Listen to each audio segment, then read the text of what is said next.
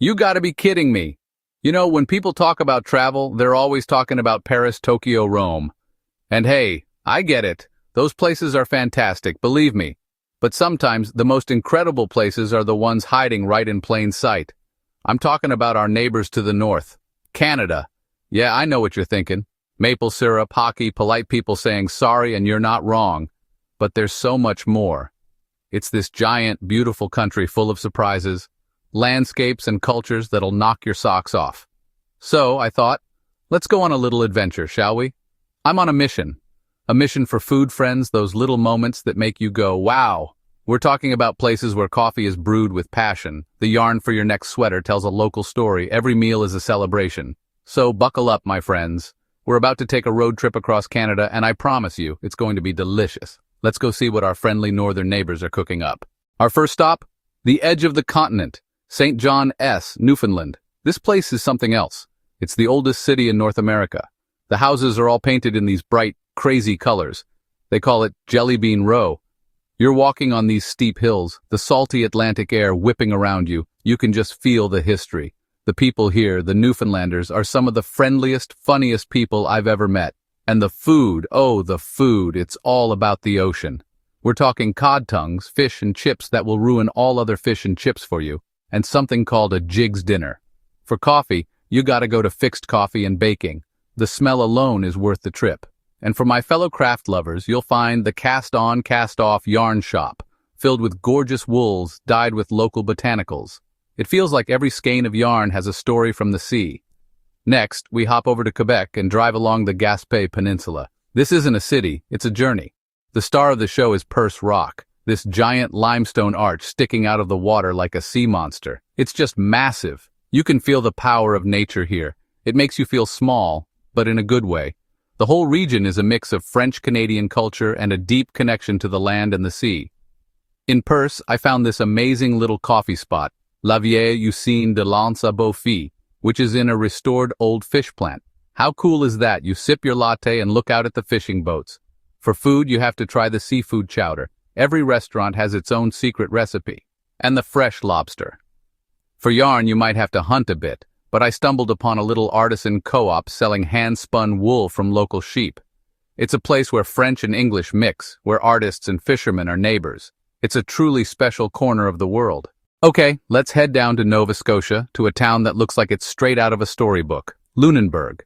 It's a UNESCO World Heritage Site. The whole downtown is preserved. 18th century buildings, 19th century buildings, bright, bold painted houses. It's home to the Bluenose 2 schooner. Walking here feels like time travel. German heritage, Swiss heritage, French heritage. It's a living museum with amazing food. You can't walk 2 feet without finding a great place to eat. The seafood is out of this world. Scallops. I had some at the Old Fish Factory restaurant right on the waterfront. For your morning caffeine fix, there's Number 9 Coffee Bar, a cozy spot where all the locals seem to know each other. And just down the street, I found the Mariner's Daughter Yarn and Fiber Arts. It's a tiny shop packed to the gills with beautiful yarns, many from local maritime dyers. It's a tight-knit community, pardon the pun, of artists and sailors. Now for something completely different. We're going to the middle of the country, Winnipeg, Manitoba. Some people call it Winterpeg, and yeah, it gets cold. But the people have the warmest hearts to make up for it.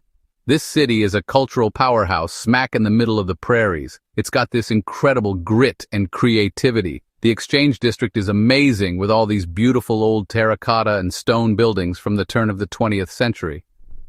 It feels like you're in old Chicago or New York. It's a city of festivals, art, and incredible diversity. The food scene here blew me away. Because it's a crossroads, you get everything. There's a huge Filipino community, so you can get amazing lumpia and adobo. There are fantastic Ukrainian restaurants serving pierogies and borscht. And you have to try a nip, a burger from a local institution called Salisbury House.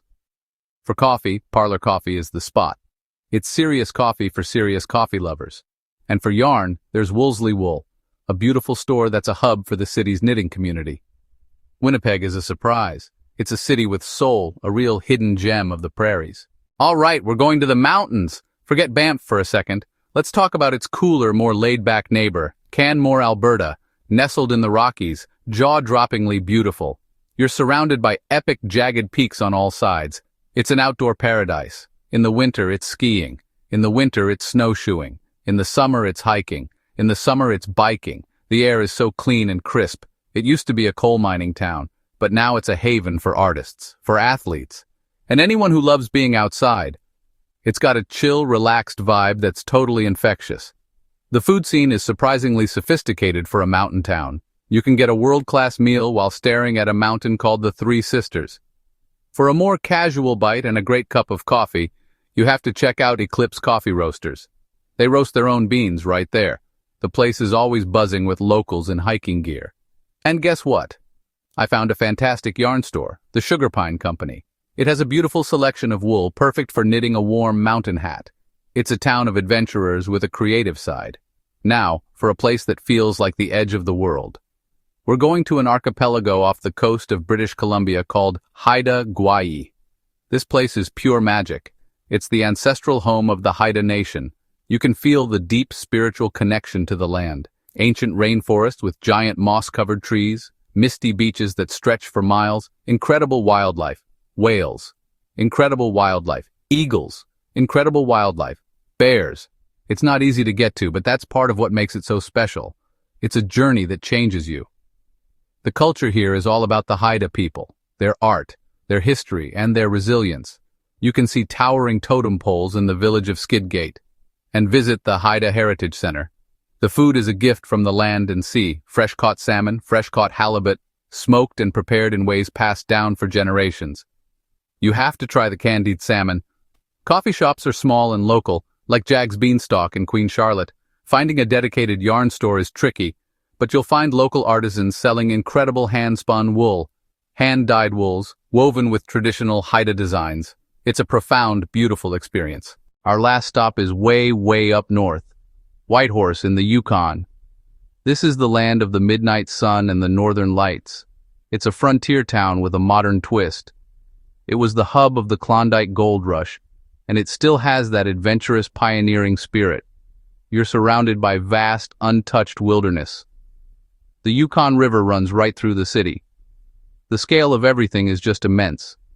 But the city itself is this vibrant, quirky, and surprisingly cosmopolitan hub in the middle of nowhere. People from all over the world are drawn here for the adventure. The community is a fascinating mix of indigenous cultures, old-timer prospector types, and young people from across Canada and the world who came for a summer and never left. This makes for an amazing food scene. I had some fantastic sourdough pancakes, a Gold Rush staple, and incredible Arctic char. You can find everything from Vietnamese PAO to gourmet burgers.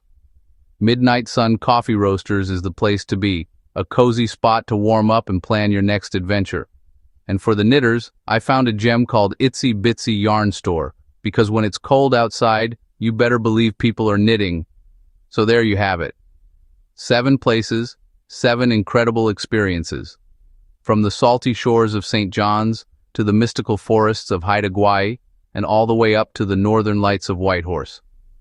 What do they all have in common? People.